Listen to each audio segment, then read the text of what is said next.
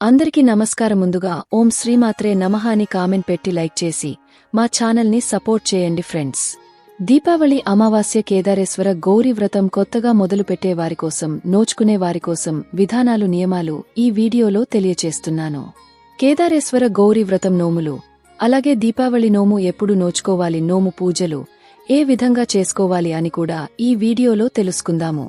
శివుని అర్ధశరీరాన్ని పొందేందుకు గౌరీచే కేదారేశ్వర వ్రతం జరిగింది. ప్రమథ గణ బ్రాంగరిటి పార్వతిని చేర్చకుండా శివునికి ప్రదక్షిణ చేసినప్పుడు, బ్రహ్మను తెలిసినవారు మీ నుండి ఏమీ పొందలేరు కాబట్టి వారు ప్రదక్షిణలు చేయరని ఆమె ద్వారా విచారణలో శివ వివరించాడు. పార్వతి కోపంతో ఆ ప్రదేశాన్ని వదిలి అడవిలోకి ప్రవేశిస్తుంది. గౌతమ ఋషిని ఎదుర్కొన్న ఆమె శివుని అర్ధశరీరాన్ని పొందేందుకు ఋషిని ఒక మార్గాన్ని అడుగుతుంది. ఆమెను కేదారేశ్వర వ్రతం చేయమని కోరాడు. ఇది అష్టమి 8వ రోజు నుండి మొదలై అమావాస్య రోజున ముగుస్తుంది. అయితే ఆచరణలో ఇది సాధారణంగా చివరి రోజున జరుగుతుంది. కనుక ఇది శివుని ఆరాధన మరియు కేదారేశ్వర వ్రతం అని పేరు. కేదార గౌరీ వ్రతం అన్ని ప్రయోజనాలను ప్రసాదిస్తుంది. సమస్త సంపదలను ప్రసాదిస్తుంది. అష్టైశ్వర్యాలను చేకూర్చుతుంది. పూర్వం పుణ్యవతి, భాగ్యవతి అనే ఇద్దరు సోదరీమణులు ఉండేవారు. ఇద్దరూ యువరాణులు. వారి తండ్రి యుద్ధంలో ఓడిపోవడంతో వారు ప్రవాసంలో ఉన్నారు. ఒకరోజు దేవకన్యలు కేదారగౌరీ వ్రతం చేస్తూ నదీతీరానికి వెళుతున్నారు.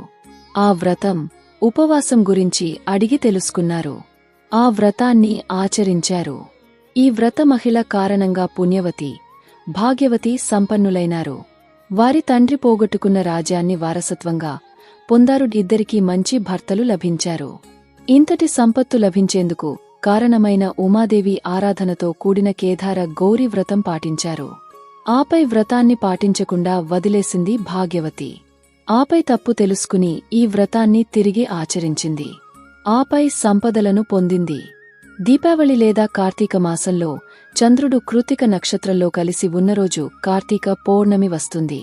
ఆ రోజున కూడా కఠోర ఉపవాసాలుండి కేదారేశ్వరుని రూపంలోనూ శివుడిని ధ్యానిస్తారు.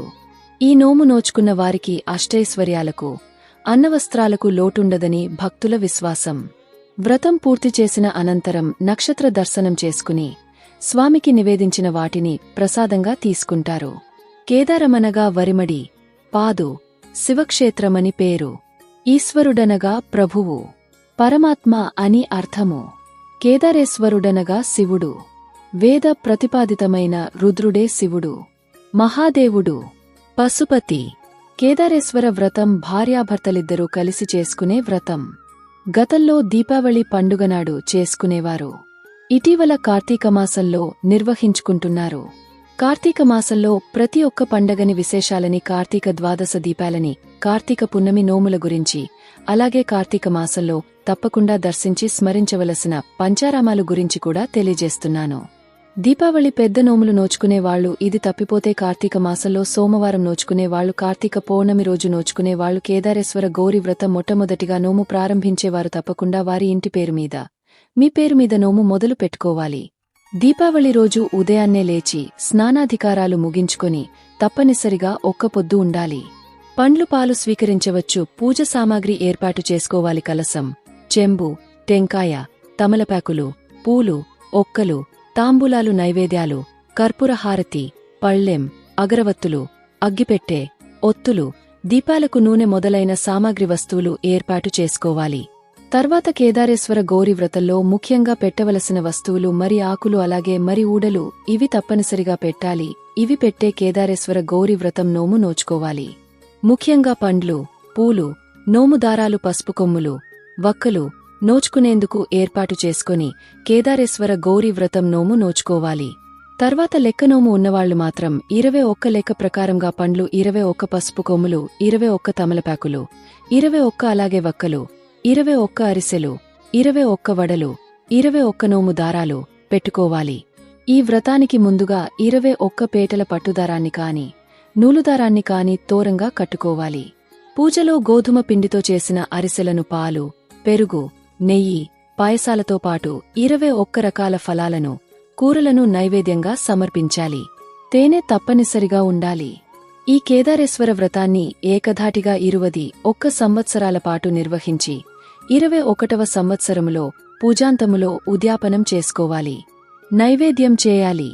ఇలా చేస్తే అనుకున్న కోరికలు నెరవేరుతాయని ఆధ్యాత్మిక పండితులు అంటున్నారు. కేదారేశ్వర గౌరీవ్రతం కథ పురాణంలో చెప్పబడిన భరత రహస్యం 21 మార్లు ఈ నోము తప్పకుండా అలాగే ఆపకుండా నోచుకునే ఆ ఇంట్లో వారికి సిరిసంపదలకి ధనధాన్యాలకి ఐశ్వర్యాలకు అస్సలు లోటు ఉండదని స్వయంగా పరమశివుడు పార్వతీదేవికి చెప్పిన వ్రత కథ పురాణంలో ఉంది. రాసినోము లెక్కనోము ఉన్నవాళ్లు పంతులుగారి చేత నోచుకున్నట్లయితే పూజ పూర్తయిన తర్వాత నోము కథ శ్రద్ధగా విని చివరన టెంకాయ కొట్టుకోవాలి. తర్వాత నైవేద్యాలు సమర్పించి టెంకాయ కొట్టుకొని హారతి ఇవ్వాలి. బ్రాహ్మణుడికి దక్షిణ అలాగే వారి శక్తి కొలది స్వయంపాకం అలాగే వస్త్రాలు సమర్పించాలి. తర్వాత ఇంటి పెద్ద బ్రాహ్మణుడి దగ్గర ఆశీర్వాదం తీసుకోవాలి. నోము దారాలు కట్టుకోవాలి. భర్త భార్యకి, భార్య పిల్లలకి కట్టాలి. ఇంటి పెద్దకి పూజారిగారు కడతారు. తర్వాత ఇంటి ఆడపడుచుకి వారి కుటుంబ సభ్యులకి నోము దారాలు తప్పకుండా ఇవ్వాలి. పంతులుగారు లేకుండా స్వయంగా నోము నోచుకుంటే గనక పుస్తకంలో ఉన్న ప్రకారంగా కేదారేశ్వర గౌరీ వ్రతం కథ పురాణంగా ఏ విధంగా అయితే చెప్పబడిందో ఆ విధంగా నోము నోచుకుంటే సరిపోతుంది. అలాగే వ్రతంలో పెట్టిన నైవేద్యాలు లెక్కనోము ఉన్నవాళ్లు పైన చెప్పిన విధంగా పెట్టిన 21 పండ్లు మొదలైనవి ఇంట్లో వారే భుజించాలి. బయటికి ముఖ్యంగా నోము అనేది మొదలు పెట్టుకున్న తర్వాత ఈ సంవత్సరం నుంచి ప్రతి సంవత్సరం అసలు నోము అనేది ఆపకూడదండి. ప్రతి సంవత్సరం తప్పకుండా నోచుకోవాలి. ఒకవేళ ఒక సంవత్సరం కనుక ఏదైనా పెద్ద ఆటంకం వచ్చి ఆగినట్లయితే గనక పక్క సంవత్సరం అంటే రెండో సంవత్సరం నోము నోయకూడదు. కేదారేశ్వర గౌరీ వ్రతం అనేది ఎంతో పవిత్రమైన నిష్ట కలిగిన నియమాలు ఉన్న నోము. ఈ వ్రతాన్ని నోచుకున్న వాళ్లకి వారి ఇంట్లో అష్టైశ్వర్యాలు తప్పకుండా కలుగుతాయని స్వయంగా పరమశివుడు చెప్పిన కథా పురాణంలో ఉంది. కొత్తగా మొదలు పెట్టుకునే వాళ్లు ఏ విధంగా నోచుకోవాలి, వ్రత విధానం, నియమాలు తెలియజేశాను. మీకు ఈ వీడియో నచ్చితే తప్పకుండా లైక్ చేసి షేర్ చేయండి. మరిన్ని మంచి వీడియోస్ కోసం మా ఛానల్ని సబ్స్క్రైబ్ చేయండి. ధన్యవాదాలు.